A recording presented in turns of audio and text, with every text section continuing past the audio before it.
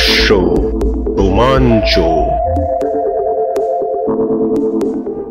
নমস্কার বন্ধুরা, আপনাদের স্বাগত জানাই আমাদের ইউটিউব চ্যানেল রহস্য রোমাঞ্চে। আমাদের আজকের গল্প the adventure of Charles Augustus Milverton. গল্পটি আমরা নিয়েছি স্যার আর্থার কনান ডয়েল রচিত the return of Sherlock Holmes বইটি থেকে।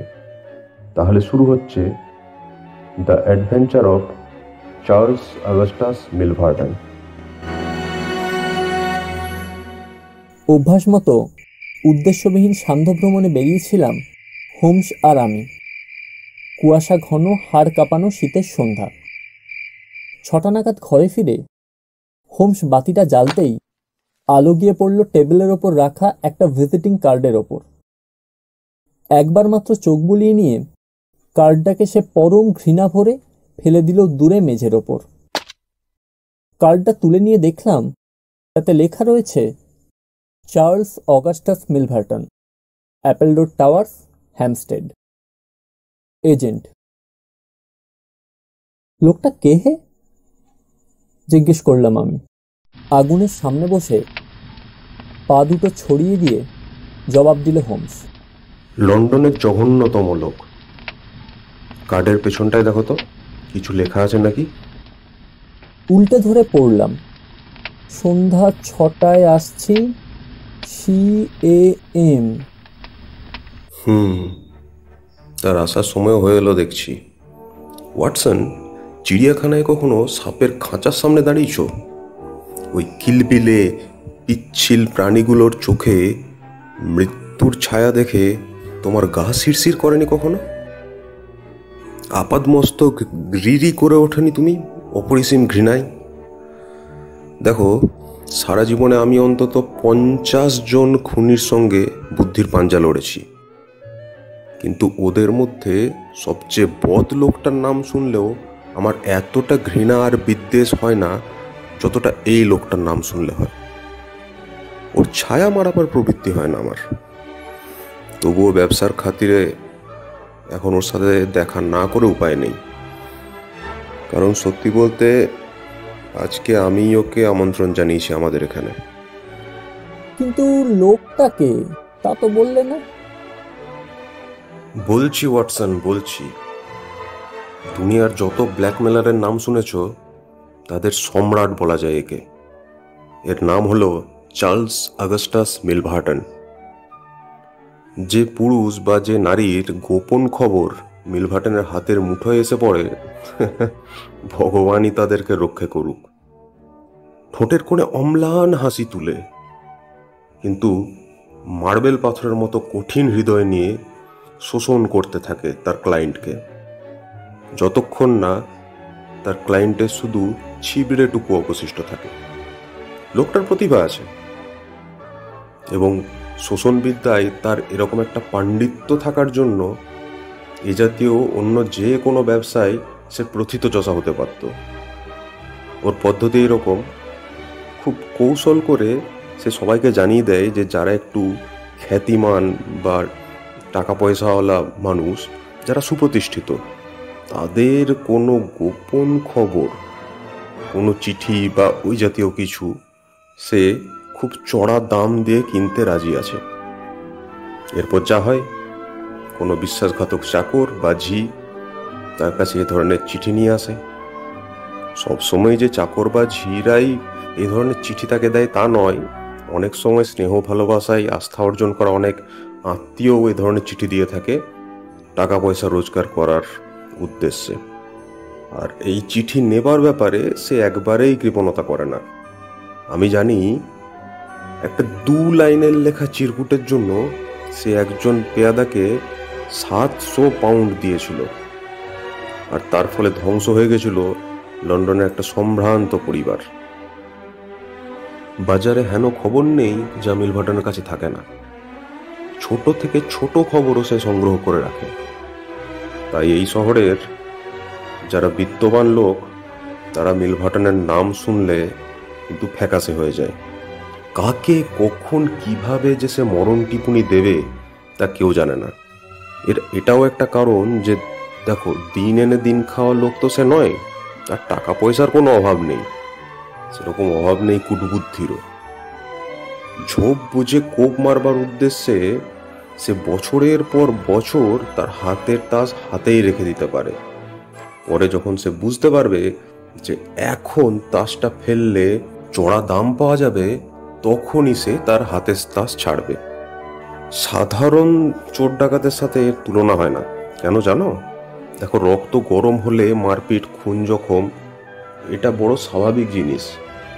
কিন্তু ধীরে সুস্থে হিসেব কষে অবসর সময়ে এই ধরনের প্যাঁচ করে মানুষের দিনরাত্রির শান্তি কেড়ে নেওয়া, আর তার বদলে একটা ভালো রকমের টাকা রোজগার করা, এটা আর এক জিনিস ওয়াটসন। বন্ধুকে এরকম তীব্র আবেগে কাঁপা কাঁপা গলায় কথা বলতে আমি খুব কমই দেখেছি। বললাম, কিন্তু আইনের আওতায় সে কি পড়ে না?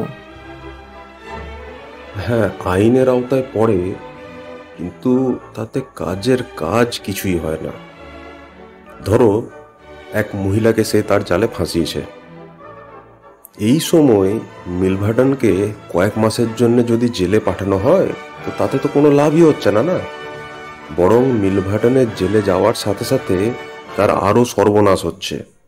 মিলভার্টন তার চিঠি ফাঁস করে যে ঘটনার দিকে ইঙ্গিত করছিল, সেই ঘটনাটাই সম্পূর্ণরূপে প্রতিষ্ঠা পাচ্ছে।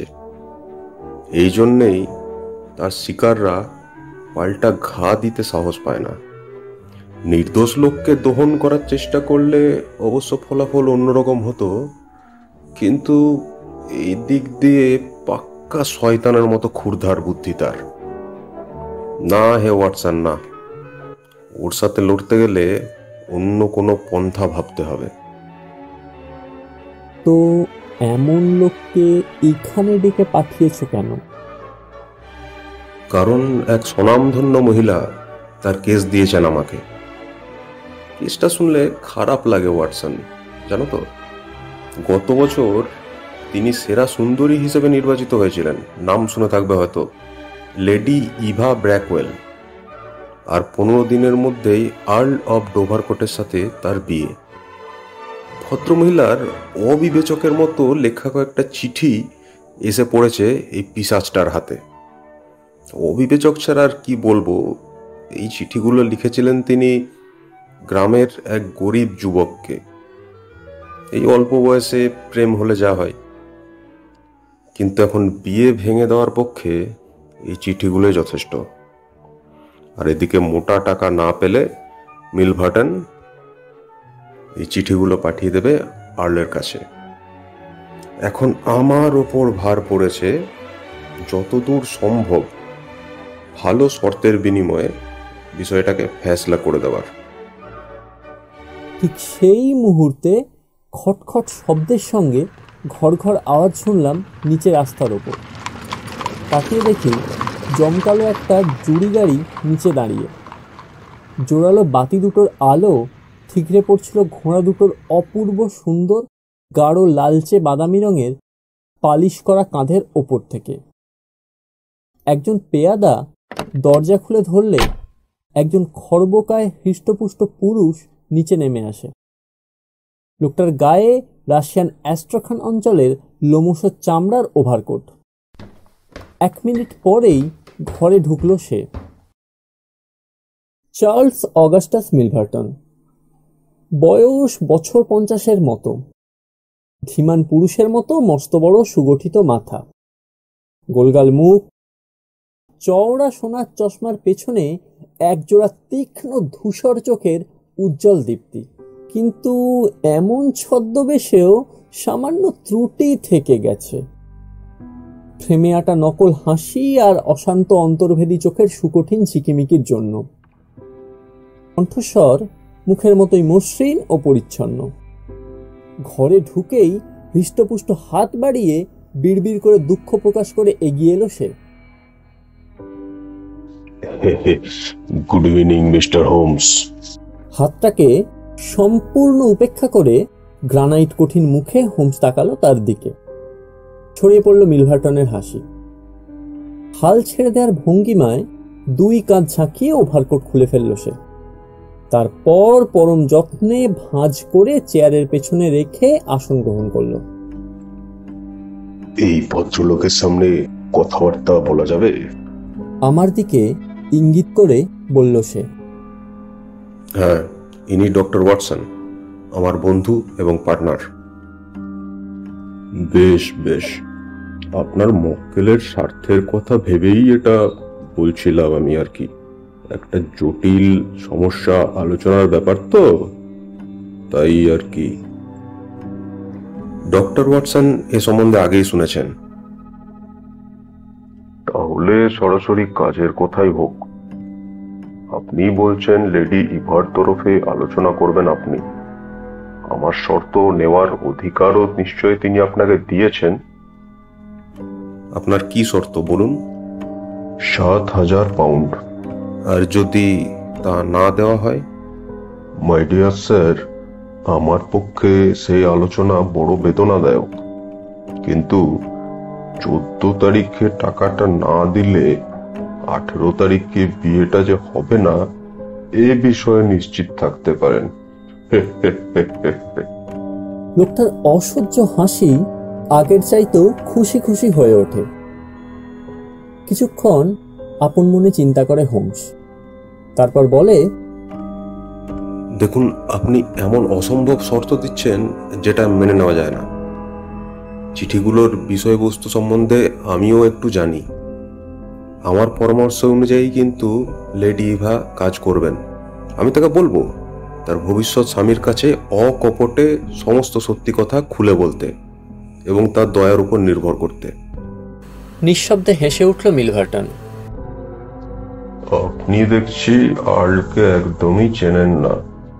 হোমসের মুখে পরাজয়ের চিহ্ন দেখে পরিষ্কার বুঝলাম আর্লকে চিনতে তারও বাকি নেই। তারপর বলল, চিঠিগুলোই এমন কি ক্ষতিকর কথা আছে? বেজায় জন্মনে চিঠিগুলো, প্রাণ রসে ভরপুর। আপনি যদি মনে করেন এই চিঠিগুলো আর্লের হাতে দিয়ে দিলে আপনার মক্কেলের স্বার্থ রক্ষা পাবে, তখন না হয় তাই করা যাবে। সেই ক্ষেত্রে এই সামান্য কটা চিঠি ফিরিয়ে আনার জন্য এতগুলো টাকা জলে দেওয়াটা তো আপনাদের বুদ্ধিমানের কাজ নয়।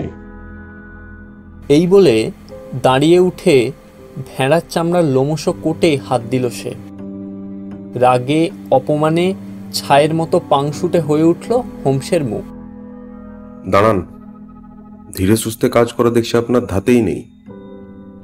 এইরকম একটা গুরুত্বপূর্ণ ব্যাপার নিয়ে যাতে কোনো রকমের কেলেঙ্কারি না ছড়িয়ে পড়ে, সেটা কিন্তু আমাদেরকে যেমন ভাবেই হোক আজকে বন্দোবস্ত করে যেতে হবে। আবার আসন গ্রহণ করে মিলভার্টন। তারপর বলে, আমি জানতাম এই দিকটাও ভাববেন আপনি। হোমস বলে চলে, দেখুন, লেডি ইভা খুব ধনী নন। 2,000 পাউন্ড দেওয়া মানে তার সঞ্চয়ের পুরো টাকাটাই আপনাকে দিয়ে দেওয়া, আর 7,000 পাউন্ড দেওয়ার মতো ক্ষমতা তার একেবারেই নেই। তাই আমি বলছিলাম কি, যে অত চড়া দাম না হেঁকে আপনি ওই 2,000 পাউন্ডেই চিঠিগুলো ফেরত দেওয়ার একটা বন্দোবস্ত করে দিন প্লিজ। বিশ্বাস করুন, 2,000 পাউন্ডের বেশি 1 পয়সা দেওয়ার ক্ষমতা লেডি ইভার নেই। আরও একটু ছড়িয়ে পড়ে মিলভার্টনের হাসি। 2 চোখে ঝিকমিক করে ওঠে কৌতূহলের আলো। লেডি ইভার আর্থিক অবস্থা সম্বন্ধে আপনি যা বলছেন তা আমি জানি। তবে কি জানেন, একটা বিষয় আপনিও স্বীকার করবেন যে কোনো মহিলার জীবনে সবচেয়ে গুরুত্বপূর্ণ দিন হচ্ছে তার বিয়ের দিন।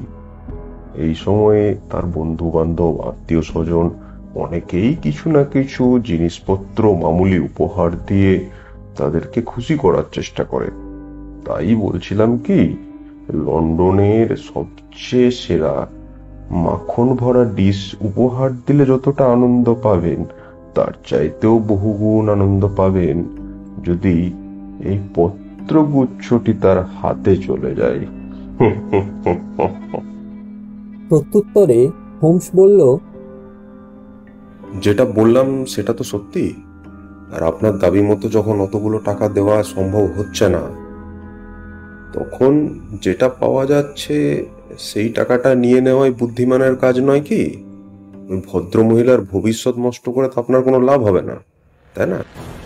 ভুল করলেন মিস্টার হোমস, ভুল করলেন। হাটে হাঁড়ি ভেঙে দিলে আমার লাভ বই লোকসান হবে না। এক্ষেত্রে লাভটা অবশ্য হবে পরোক্ষভাবে, কিন্তু তা নিতান্ত সামান্য নয়। বর্তমানে 8-10টা এই ধরনের কেস হাতে রেখে পাকাচ্ছি, শুধু সুযোগ বুঝে কোপ মারার জন্যে। একগুঁয়েমির কি কঠোর শাস্তি লেডি ভাগে আমি দিয়েছি, এই খবরটা যখন তাদের মধ্যে একবার ছড়িয়ে পড়বে, তখন আমার কাজটা অনেক সহজ হয়ে যাবে।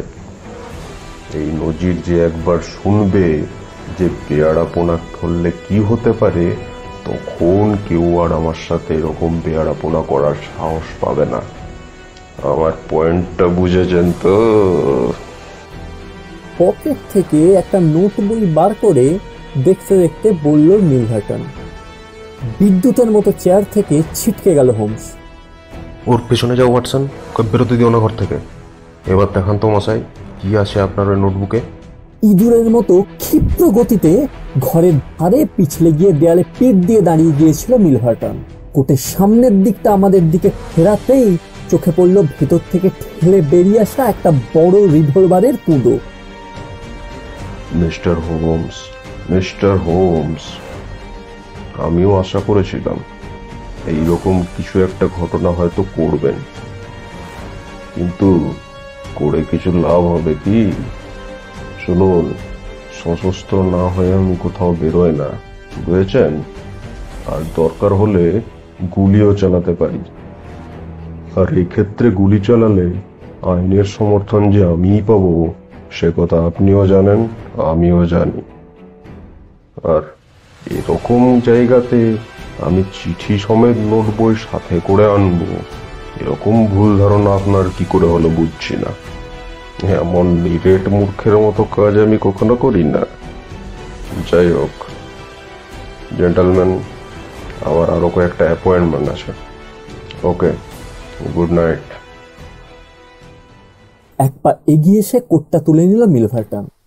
তারপর রিভলভারের উপর হাত রেখে এগিয়ে গেল সোজা দরজার দিকে। আমি একটা চেয়ার তুললাম, কিন্তু হোমস মাথা নাড়তে রেখে দিলাম যথাস্থানে। বাতাসে মাথা ঠুকে মৃদু হাসল মিলভার্টন। দুই চোখ তার নেচে উঠল কৌতুকে। তারপরেই বিদায় হলো সে। কয়েক মুহূর্ত পরেই দড়াম করে গাড়ির দরজা বন্ধ হওয়ার শব্দ শুনলাম, এবং পরক্ষণেই গড়গড় শব্দে উধাও হয়ে গেল তার গাড়ি। ট্রাউজারের পকেটে দুহাত ঢুকিয়ে বুকের ওপর চিবুক ঠেকিয়ে অপলক চোখে জ্বলন্ত সিগারের দিকে তাকিয়ে অনড় দেহে বসে রইল হোমস। পুরো আধ ঘন্টা কেটে গেল। নীরব নিশ্চল হয়ে ডুবে রইল চিন্তার অতলে। তারপরেই যেন উপায় স্থির হয়ে গেছে, এমনি ভাবে তড়াক করে লাফিয়ে উঠে গেল শোয়ার ঘরে। তার একটু পরেই ছোকরা বয়সের এক লম্পট মজুর হেলে দুলে ফতবাবুর মতো ঘরে ঢুকল।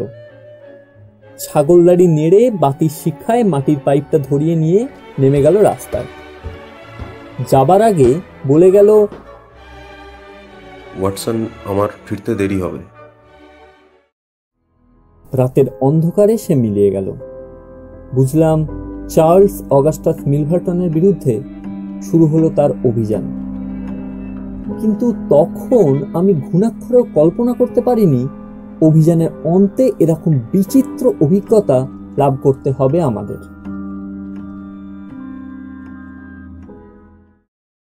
বেশ কয়েকদিন ধরেই এই বেশে আসা যাওয়া করল হোমস।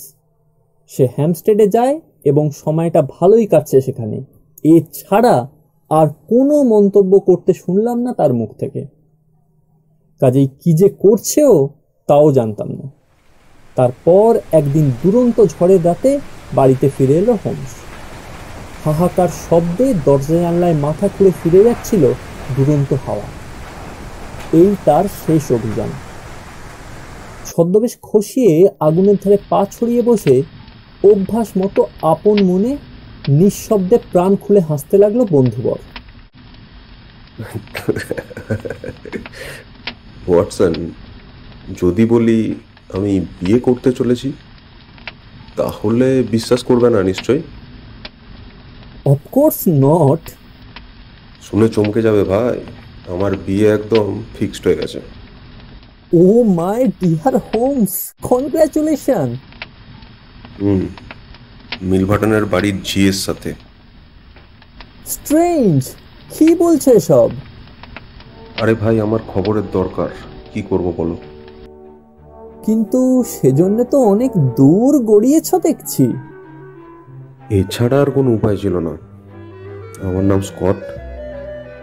পাইপ, সিস্টার্ন এসব ফিট করা আর বিক্রি করাই আমার ব্যবসা, যা দিন দিন ফুলে ফেপে উঠছে। আমি রোজ সন্ধেবেলায় মেয়েটার সাথে হাওয়া খেতে বেরিয়েছি আর এসব গল্পই তাকে শুনিয়েছি। কিন্তু কি মুশকিল, সব কথা তো আবার বলাও যায় না। যাকে তার দরকার নেই, আমার যা দরকার তা আমি পেয়ে গেছি। মিলভাটনের বাড়ির সমস্ত খুঁটিনাটি আমি একদম হাতের তালুর মতো করে চিনে গেছি। কিন্তু হোমস, মেয়েটা? অত ভাবতে গেলে কি আর চলে? দেখো, অবস্থা বুঝে ব্যবস্থা। যেরকম বাজি আমাকে হাতের তাসও তো সেরকমই ফেলতে হবে। তবে আনন্দের খবর এইটাই যে প্রেম পর্ব করতে গিয়ে একজন চরম প্রতিদ্বন্দ্বীকে দেখা পেয়েছি। সে যদি আমাকে সামনে পায় তাহলে হয়তো আমার গলাই কেটে দেবে। আচ্ছা, আজকের রাতটা খুব সুন্দর, তাই না ওয়াটসন? আজকের ওয়েদার তোমার ভালো লাগছে? আমার কাজের পক্ষে খুব উপযোগী আজকের ওয়েদার। চলো ওয়াটসন, আজকেই আমরা মিলভাটনের বাড়িতে শীত কাটবো। অক্সফোর্ড স্ট্রিটে ভাড়াটে ঘোড়ার গাড়ি নিয়ে হ্যামস্টেডের একটা ঠিকানায় এসে পৌঁছালাম। গাড়ির ভাড়া মিটিয়ে দিয়ে এলাম এখানে। তখন ঠান্ডা পড়েছিল। কনকনে হাওয়ার ঝাপটায় মনে হচ্ছিল যেন বরফের ছুরি কেটে কেটে বসে যাচ্ছে মাংসের মধ্যে। ওভারকোটের বোতাম এঁটে নিলাম। তারপর ঝোপঝাড়ের পাশ দিয়ে এগিয়ে চললাম গন্তব্যস্থানের দিকে। যেতে যেতে হোমস বলল, আজকের কাজটা একটু বেশি ঝুঁকিপূর্ণ। হুঁশিয়ার না হলে কিন্তু সফল হওয়া যাবে না। মিলভাটনের পড়ার ঘরে একটা সিন্দুকের মধ্যে থাকে এইসব দলিল দস্তাবেজগুলো। পড়ার ঘরটা আবার শোবার ঘরের লাগোয়া। কিন্তু আমাদের একটা সুবিধা আছে, নাদুস নুদুস মিলভাটন খুব ঘুম কাতুরে লোক। আমার প্রেমিকা আগাথার কাছে শুনেছি চাকর মহলে সবাই নাকি এই নিয়ে হাসাহাসি করে। একবার ঘুমোলে তার কুম্ভকর্ণের মতো ঘুম ভাঙানোর ক্ষমতা আরো কারণ নেই। মিলভাটনের কাজকর্ম দেখার জন্য একজন সেক্রেটারি আছেন, কিন্তু তিনিও ঘর থেকে বেরোবেন না। আর আছে একটা বড় কুকুর যে সারা রাত বাগানে টহল দেয়। কিন্তু গত দুরাতে আগাথার সাথে দেখা করার সময় চাবি দিয়ে কুকুরটাকে বন্ধ করে রাখা হয়েছিল। আজকেও কুকুরটাকে বন্দি করে রাখা হবে। এইদিকে এবার ডাইনে মোড় নাও। হ্যাঁ, এই দাঁড়াও এই ঝোপটার মধ্যে। আচ্ছা, মাস্কগুলো এখানেই লাগিয়ে নেওয়া যাক, কি বলো? দেখছো, কোনো জানলা দিয়ে কিন্তু আলো দেখা যাচ্ছে না। চমৎকার, যেমনটা আশা করেছি তেমনটাই হচ্ছে দেখছি। কালো সিল্ক দিয়ে মুখ ঢাকার পর আমাদের দেখতে হলো দুটো অতি ভয়ঙ্কর নিশাচর প্রাণীর মতো। নিস্তব্ধ অন্ধকারাচ্ছন্ন ঝিমিয়ে পড়া বাড়ির দিকে এগিয়ে চললাম দুজনে। একদিকে দেখলাম টালির ছাউনি দেয়া একটা বারান্দায় সারি সারি অনেকগুলো জানলা আর দুটো দরজা। ফিসফিস করে উঠল হোমস, ওই ঘরটাই শোবার ঘর, আর ওর পাশে যে ঘরটা সেটা হচ্ছে পড়ার ঘর। সব থেকে ভালো হতো এই দরজাটা খুলতে পারলে। কিন্তু দরজার ওদিকটায় শুধু ছিটকিনি নয়, তালাও লাগানো আছে দেখছি। না না, এদিক দিয়ে ঢুকতে গেলে একটু বেশি শব্দ হয়ে যাবে। এসো ঘুরে যাওয়া যাক। ওই দিকে একটা কাঁচের তৈরি গাছপালা রাখার গ্রিন হাউস আছে। তার ভেতর দিয়ে আমরা বসার ঘরে পৌঁছাতে পারবো। এসো। সেখানেও তালা লাগানো, কিন্তু কাঁচের একটা গোল চাকতি কেটে ফেলে হাত গলিয়ে ভেতর থেকে চাবি ঘুরিয়ে দিল হোমস। পর মুহূর্তে ভেতরে এসে দরজা বন্ধ করে দিল সে, এবং ঠিক তখন থেকেই আইনের চোখে গুরু অপরাধ শুরু হলো আমাদের। সংরক্ষণশালার ভারী উষ্ণ বাতাসে আর বিদেশ থেকে আনা রকমারি চারা গাছের দম আটকানো সৌরভে যেন নিঃশ্বাস বন্ধ হয়ে আসছিল আমাদের। অন্ধকারের মধ্যে আমার হাত চেপে ধরে দ্রুত এগিয়ে চলল হোমস।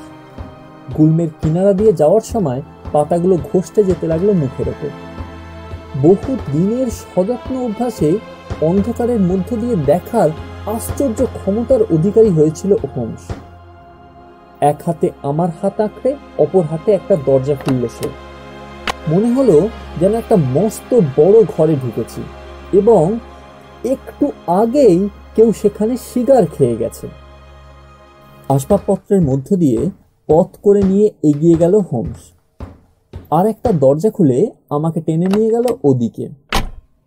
দরজা বন্ধ করে দেওয়ার পর আমি হাত বাড়াতেই দেওয়াল থেকে ঝোলানো কতগুলো কোট হাতে এসে ঠেকলো। বুঝলাম যাতায়াতের পথে, অর্থাৎ প্যাসেজে এসে পড়েছি। প্যাসেজ পেরিয়ে এসে হোমস অতি সন্তর্পণে ডান দিকের একটা দরজা খুলে ধরল। সঙ্গে সঙ্গে বিদ্যুৎ বেগে একটা প্রাণী ধেয়ে এলো আমাদের দিকে, আর আমার হৃৎপিণ্ডটা কয়েক সেকেন্ডের জন্য স্তব্ধ হয়ে গেল। কিন্তু পরক্ষণেই বুঝলাম প্রাণীটি চতুষ্পদ এবং একটি নিরীহ বেড়া। তখন ইচ্ছে হলো জোরে হেসে উঠি।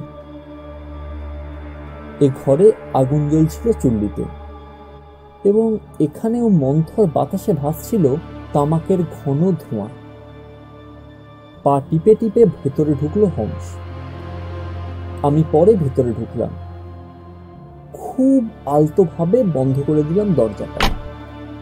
এটাই মিলভারটনের পড়ার ঘর। অপর প্রান্তে একটা পর্দা ঝুলতে দেখে বুঝতে কষ্ট হলো না যে শোবার ঘরের প্রবেশপথ কোনটা। জোরালো আগুনের আলোয় আলোকিত হয়ে উঠেছিল সমস্ত ঘরটা। দরজার কাছে চকচক করছিল একটি বৈদ্যুতিক সুইচ।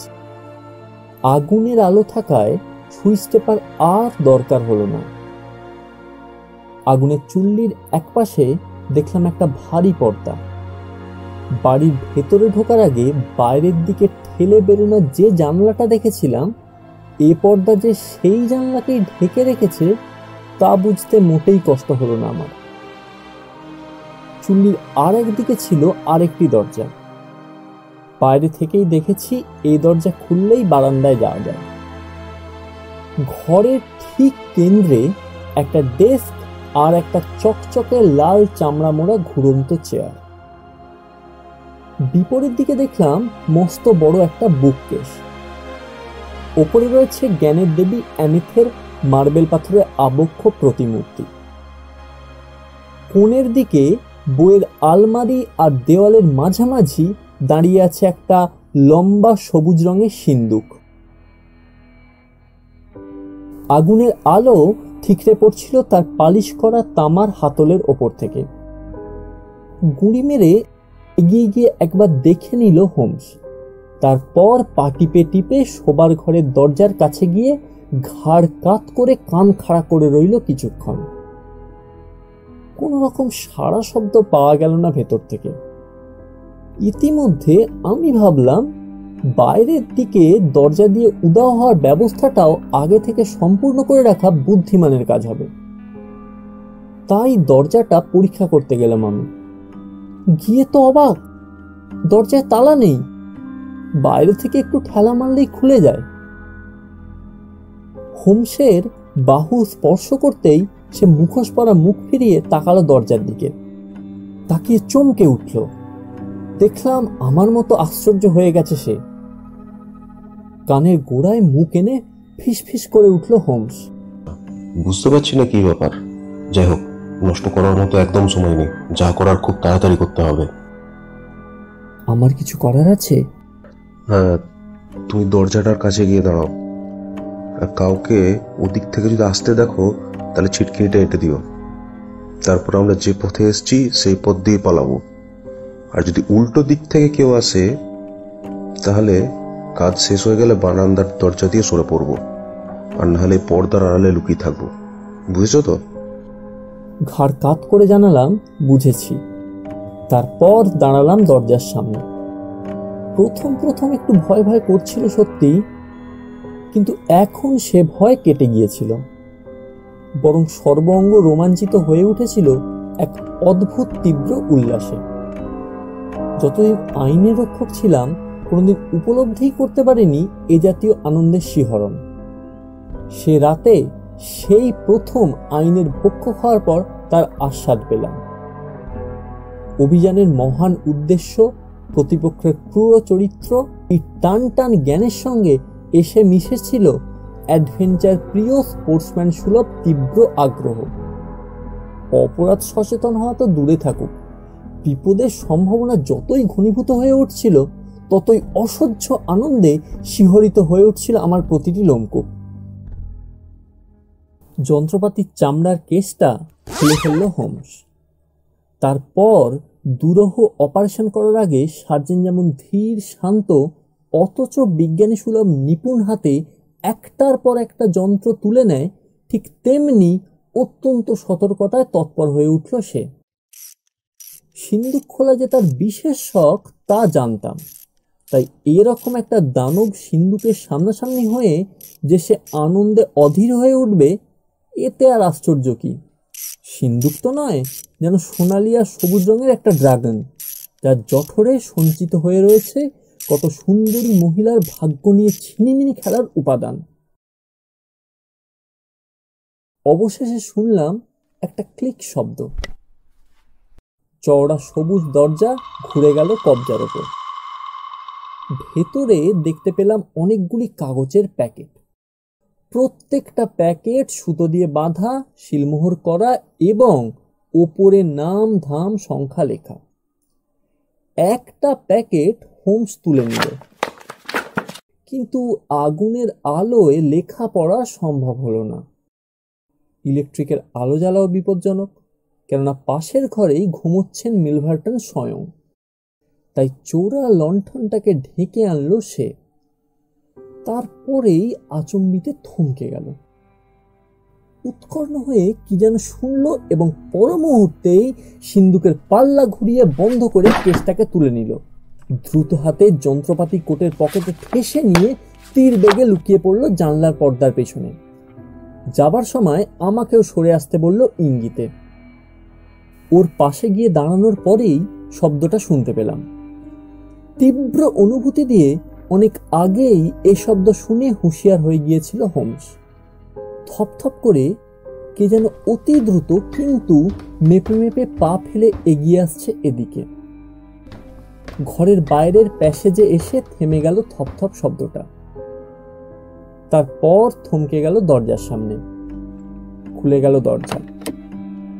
সুইচ টেপার খটার শব্দ। দপ করে জ্বলে উঠল ইলেকট্রিকের আলো। আবার বন্ধ হয়ে গেল দরজা। কড়া সিগারেটের কটু গন্ধ ভেসে আসছিল নাকে। ক্যাচ ক্যাচ আওয়াজ শুনলাম চেয়ারে। এবার বুক ঠুকে পর্দা জোড়া সামান্য ফাঁক করে তাকালাম বাইরে। কাঁধের ওপর হোমসের কাঁধে চাপ পড়ায় বুঝলাম হোমসও উঁকি মারার লোভ সামলাতে পারেনি। ঠিক সামনে আমাদের নাগালের মধ্যেই একটা চওড়া গোলাকার পিঠ। আমাদের দিকে পিছন ফিরে বসে আছে স্বয়ং মিলভার্টন। বুঝলাম আগা গোড়া তার গতিবিধির হিসেব করতে ভুল করেছি আমরা। শোবার ঘরে একেবারেই আসেনি সে। ধূমপান করার বা বিলিয়ার্ড খেলার ঘরে এতক্ষণ সে বসেছিল। চোখের একেবারেই সামনে দেখছিলাম ওর চ্যাটালো ধূসর মাথা আর চকচকে টাক। দুপা টান টান করে ছড়িয়ে দিয়ে লাল চামড়া মোড়া চেয়ারের পিছনে নিজেকে একেবারে ছেড়ে দিয়েছিল মিলভার্টন। মুখ থেকে কোণ করে বেরিয়েছিল লম্বা কালো একটা সিগার। পরনে ধূমপান করার সময়ে পরার উপযুক্ত কারুকার্য করা আধা সামরিক স্মোকিং জ্যাকেট। জ্যাকেটের রং ফরাসি দেশের ক্ল্যারেট মদের মতো লাল। কিন্তু কলারটা কুচকুচে কালো। কলারটা মকমলের। এক হাতে আইন সংক্রান্ত একটা দীর্ঘ দলিল নিয়ে অলসভাবে পড়ছিল সে, আর ঠোঁটের ফাঁক দিয়ে একটার পর একটা ধোঁয়ার বলয় ছুঁড়ে দিচ্ছিল শূন্যে। পায়েস করে জাঁকিয়ে বসার ভঙ্গিমা দেখে মনে হলো না খুব তাড়াতাড়ি প্রস্থান করার ইচ্ছে আছে তার। অন্ধকারের মাঝে অনুভব করলাম আলতো করে আমার হাত ধরে মৃদু ঝাঁকানি দিল হোমস। পরিস্থিতি যে এখনো তার আয়ত্তের বাইরে যায়নি এবং এখনো নিরুদ্বেগ তার মন, সুতরাং আমারও উচিত সাহসে বুক বাঁধা, এই কথাগুলোই যেন হাত ঝাঁকিয়ে বোঝাতে চাইল হোমস। বেশ কয়েকবার মিলভার্টনকে ঘড়ির দিকে তাকাতে দেখেছিলাম আমি। একবার তো অধীরভাবে উঠে দাঁড়িয়ে আবার বসে পড়ল। রাত দুপুরে যে তার কারো সাথে অ্যাপয়েন্টমেন্ট থাকতে পারে এ ধারণা আমার মাথায় আসেনি। কিছুক্ষণ পরে হঠাৎ বাইরের বারান্দা থেকে একটা মৃদু শব্দ ভেসে এলো আমার কানে। কাগজপত্র ডেস্কের ওপর ফেলে দিয়ে শক্ত হয়ে বসে রইল মিলভার্টন। আবার শোনা গেল শব্দটা। তারপরেই দরজার ওপর আলতোভাবে টোকা মারার আওয়াজ। দাঁড়িয়ে উঠে দরজা খুলে দিল মিলভার্টন। ও, এসেছো? প্রায় আধ ঘন্টা মতো দেরি হয়েছে তোমার। খোলা দরজা আর মিলভার্টনের রাত্রি জাগরণের অর্থ সুস্পষ্ট হয়ে গেল নিমেষের মধ্যে। স্ত্রীলোকের বেশভূষার মৃদু খসখস শব্দ শোনা গেল। মিলভার্টন আমাদের দিকে ফিরতে পর্দার ফাঁকটা আমি বন্ধ করে দিয়েছিলাম। এবার সাহস করে আবার ফাঁক করে উঁকি মারলাম বাইরে। আবার আসন গ্রহণ করেছিল মিলভার্টন। আগের মতোই সিগারটাকে আলগোছে ধরে রেখেছিল ঠোঁটের কোণে। ডগাটা মুখ থেকে কোণ করে বেরিয়ে এসেছিল বাইরে। তার ঠিক সামনে বিদ্যুৎ বাতির প্রখর আলোয় দাঁড়িয়েছিল ছিপছিপে লম্বা চেহারার কালো বরণ একটি স্ত্রীলোক। অবগুণ্ঠনে ঢাকা তার মুখ, চিবুক থেকে ঝুলছিল বৈধব্য সূচক আলখাল্লা। ঘন ঘন এবং দ্রুত শ্বাস প্রশ্বাস বইছিল তার। প্রবল আবেগে মাঝে মাঝে কেঁপে উঠছিল সে। মিলভার্টন বলল, মাই ডিয়ার, রাতের বিশ্রামটা নষ্ট করে দিলে তো। যাই হোক, ঘুম না হওয়ার উপযুক্ত মূল্য দিতে পারবে আশা করি। কে? হয়তো অন্য কোনো সময়ে আসা তোমার পক্ষে সম্ভব হয় না বুঝি। ঘাড় নাড়ল স্ত্রীলোকটি। মিলভার্টন বলল, বেশ বেশ, না আসতে পারলে এসো না। কাউন্টেসের শাসন যদি এতই কড়া বলে মনে হয়, তাকে সাহায্য করার এই তো সুযোগ। এই কি মুশকিল! আরে মেয়েটা এত কাঁপে কেন? সামলে নাও নিজেকে। আচ্ছা, এবার কিছু কাজের কথা বলো তো দেখি। তুমি লিখেছো 5খানা চিঠি তোমার হাতে এসেছে, যা কাউন্টেস দ্য অ্যালবার্টকে সংকটে ফেলার পক্ষে যথেষ্ট। চিঠিগুলো তুমি বিক্রি করতে চাও, আমি কিনতে চাই। এই পর্যন্ত কোনো ঝামেলা নেই। এখন শুধু দামটা ঠিক করে নেওয়া দরকার। চিঠিগুলো আমি একবার পরীক্ষা করে দেখতে চাই। নমুনা যদি সত্যি হয় তাহলে কি সর্বনাশ! আপনি কেন? আপনি? হ্যাঁ, আমি, যার জীবনে আপনি সর্বনাশের আগুন জ্বেলে এনেছেন, আমি সেই মেয়ে। এত জেদ ধরে থাকলেন কেন বলুন তো? আপনাকে তো বুঝতে হবে এটা একটা ব্যবসা। দেখুন, দরকার ছাড়া আমি একটা মাছিও মারি না, কিন্তু ব্যবসার তো একটা রীতিনীতি আছে। আমাকে আমার ব্যবসাটাও তো দেখতে হবে। আপনার কাছে যে টাকাটা চেয়েছিলাম সেটা তো আপনার সাধ্যের মধ্যেই ছিল, আপনি দিয়ে দিলেই পারতেন, কিন্তু আপনি তো টাকাটা আমাকে দিলেন না। আর তাই আপনি চিঠিগুলো আমার স্বামীর কাছে পাঠিয়ে দিলেন? তার ফলে আমার ভালো মানুষের মতো স্বামী, যার আমি নখের যোগ্যও নই, সে ভগ্ন হৃদয়ে মারা গেল। মনে পড়ে তার আগের দিন রাতে আমি আপনার পায়ে ধরে ভিক্ষা চেয়েছিলাম যাতে আপনি চিঠিগুলো না পাঠান, কিন্তু আপনার নিষ্ঠুর হৃদয় গলেনি তাতে। আপনি ভাবেননি আমাদের আবার দেখা হবে, কিন্তু সেই রাতেই আমি স্থির করি আপনার সাথে আরেকবার দেখা করব, একা, একদম সামনাসামনি। দেখুন, আপনি যদি ভাবছেন আপনি এখানে দাঁড়িয়ে দাঁড়িয়ে আমাকে গালিগালাজ করতে পারবেন, তাহলে সেটা কিন্তু আপনার ভুল ধারণা। আমি শুধু একবার চেঁচাবো আর আমার চাকর বাকরেরা এসে আপনাকে পুলিশ থানায় গিয়ে নিয়ে অ্যারেস্ট করিয়ে দেবে। যাই হোক, কিন্তু আপনার রেগে যাওয়াটাকে আমি স্বাভাবিক মনে করছি, তাই আপনি চলে যান এখান থেকে। আমি কাউকে কিছু বলবো না, চলে যান।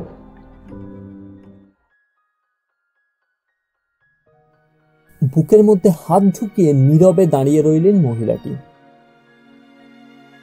নিচের পাতলা ঠোঁটে খেলা করতে লাগলো সেই ভয়ঙ্কর বিষাক্ত হাসি।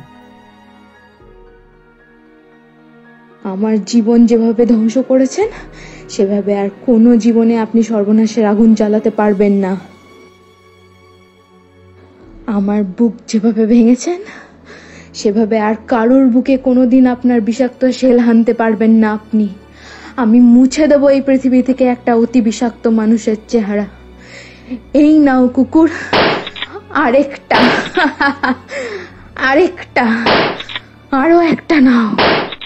বুকের মধ্যে থেকে একটা চকচকে খুদে রিভলভার বার করে মিলভার্টনের দেহের ওপর একটার পর একটা ঘর খালি করে চললেন মহিলাটি।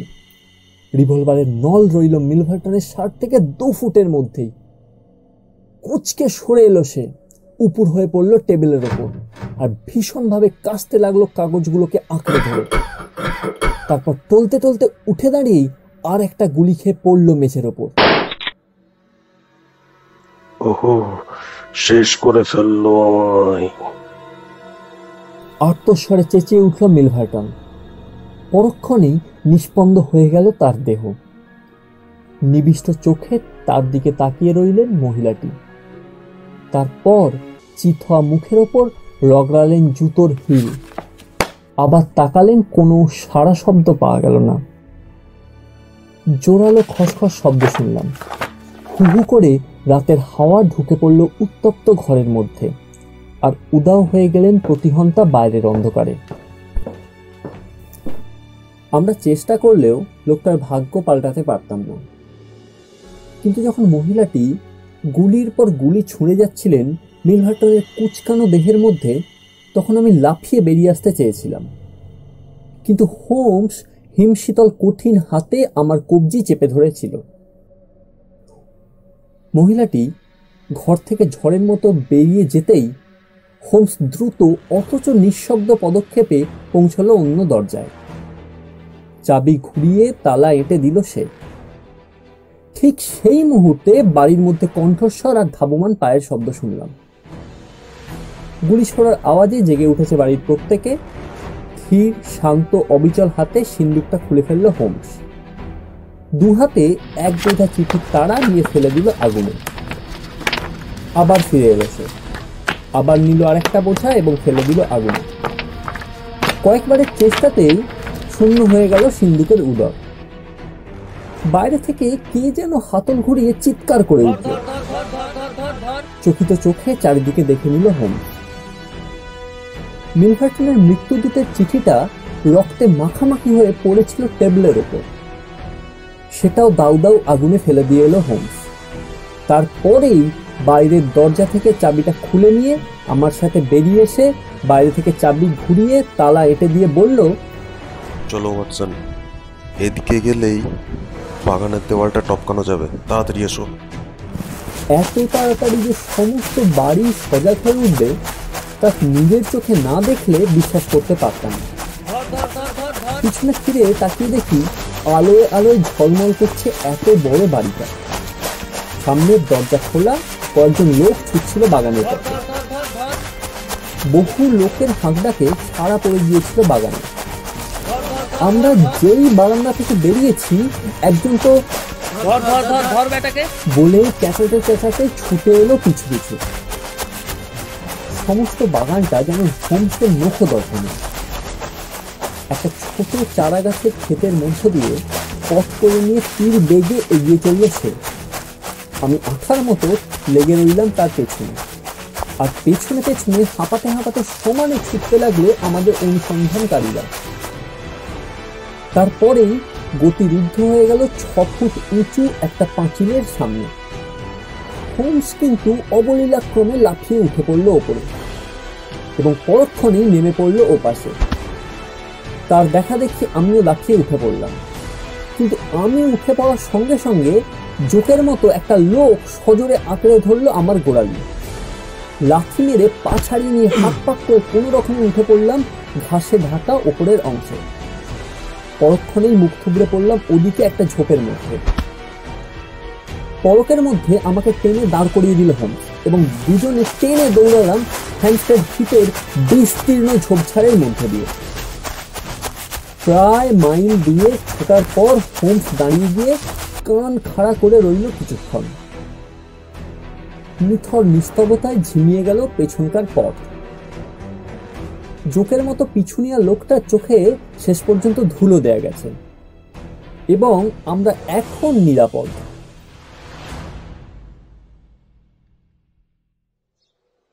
এই আশ্চর্য অভিজ্ঞতা লাভের পরের দিন সকালে প্রাতরাশের শেষে পাইপে ধূমপান করছি এমন সময়ে স্কটল্যান্ড ইয়ার্ডের মিস্টার লেস্ট্রেড খুব গম্ভীরভাবে চিন্তামগ্ন মুখে আমাদের বসার ঘরে ঢুকলো।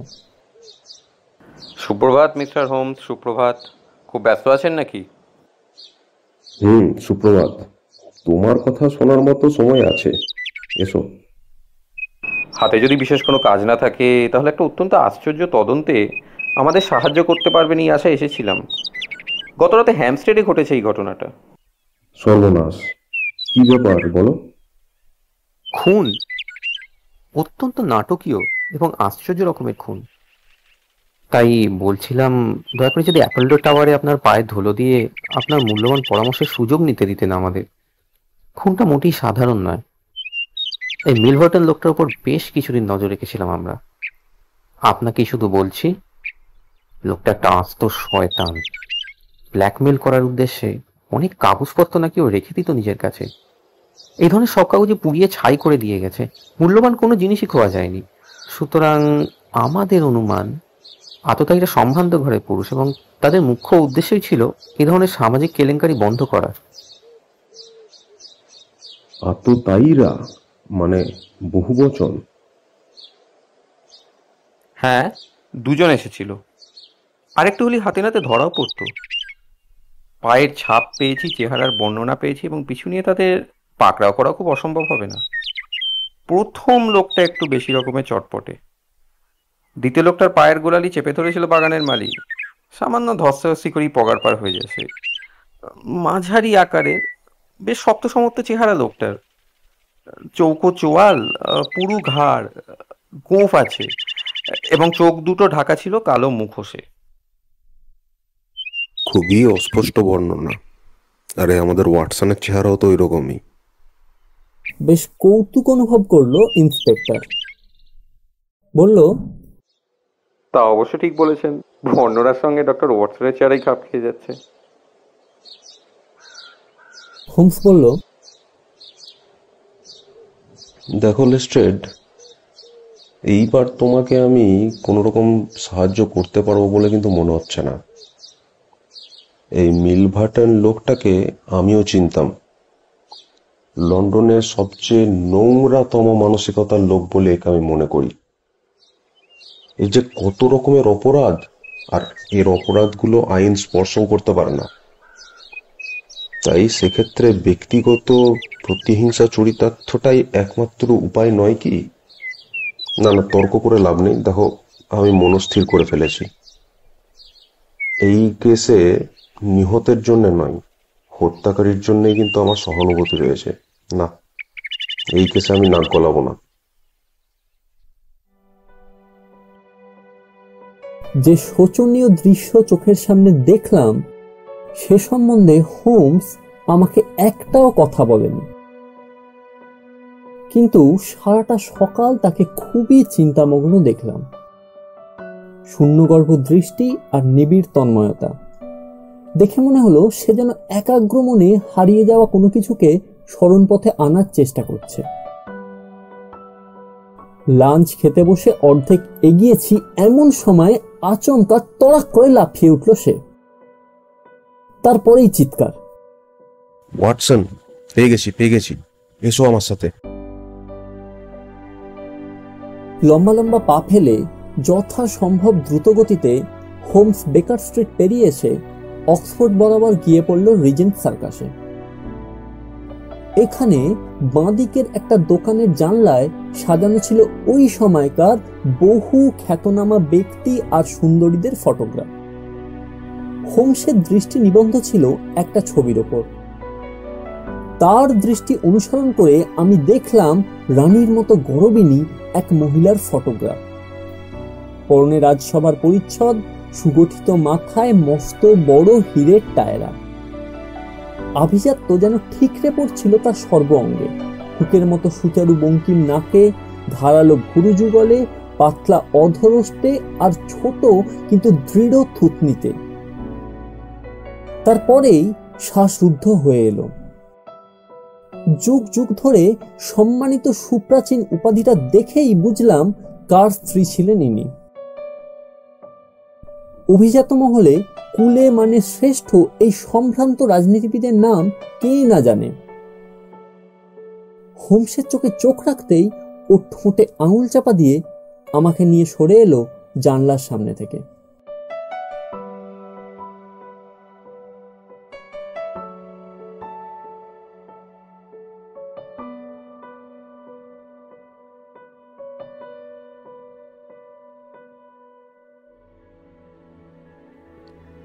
বন্ধুরা, গল্পটি আপনাদের কেমন লাগলো তা জানাতে ভুলবেন না। আর প্লিজ প্লিজ প্লিজ আমাদের চ্যানেলটি সাবস্ক্রাইব করুন। গল্পের বিভিন্ন চরিত্রে সেবান্তি, অয়ন, শুভাশিস এবং প্রতীক। পোস্টার ডিজাইনে অভিরূপ। সাউন্ড ডিজাইনে টিম রহস্য রোমাঞ্চ।